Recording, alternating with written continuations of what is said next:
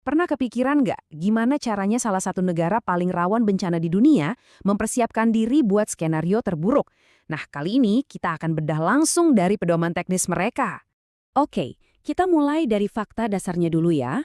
Posisi geografis Indonesia itu bisa dibilang sangat unik sekaligus berbahaya.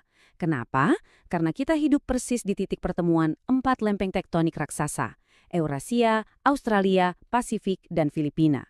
Dan bukan cuma itu, di atas pertemuan lempeng-lempeng itu ada 130 gunung aktif. Bayangin 130. Ini bukan sekedar angka di buku pelajaran, ini adalah ancaman konstan yang jadi bagian dari realitas hidup kita sehari-hari. Angka-angka geologis tadi itu punya dampak yang sangat nyata ke manusia. Coba lihat ini. Ini cuma sebagian kecil dari daftar panjang bencana di Indonesia, mulai dari gempa Yogyakarta sampai tsunami dahsyat tahun 2004 yang menelan lebih dari 120.000 korban jiwa. Nah, realitas yang pahit inilah yang memaksa lahirnya sebuah sistem respons yang terkoordinasi. Oke, setelah kita lihat masalahnya yang begitu besar, sekarang kita masuk ke solusinya, sebuah rencana nasional yang terstruktur.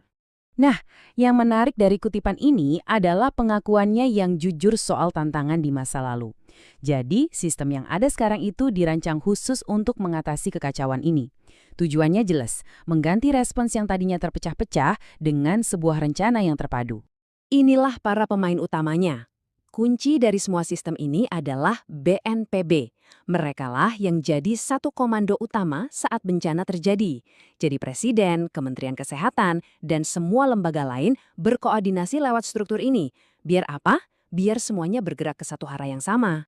Lalu, gimana kalau bencananya besar banget sampai kapasitas nasional kewalahan? Nah, disinilah sistem internasional masuk. Namanya pendekatan klaster. Bayangin, ini kayak tim-tim spesialis dari seluruh dunia. Ada tim kesehatan yang dipimpin WHO, tim logistik, tim air dan sanitasi, dan seterusnya. Ini adalah cara dunia untuk membantu secara terorganisir, biar nggak tumpang tindih. Sekarang kita geser dari perencanaan tingkat tinggi dan ayo kita turun langsung ke lapangan, ke jam-jam pertama yang paling kritis setelah bencana terjadi. Langkah pertama yang harus dilakukan, penilaian cepat. Tim di lapangan itu pakai formulir sederhana kayak gini yang seringkali dikirim lewat SMS. Isinya cuma hal-hal yang paling dasar, jumlah korban jiwa, berapa yang luka-luka, dan kerusakan apa saja. Data ini krusial banget untuk menentukan seberapa besar skala respons yang dibutuhkan. Di tengah kekacauan, gimana caranya mengevakuasi banyak korban secara efisien? Jawabannya adalah sistem Noria. Konsepnya tuh sederhana tapi brilian banget. Intinya, jangan biarkan ambulans menunggu. Begini cara kerjanya. Petugas medis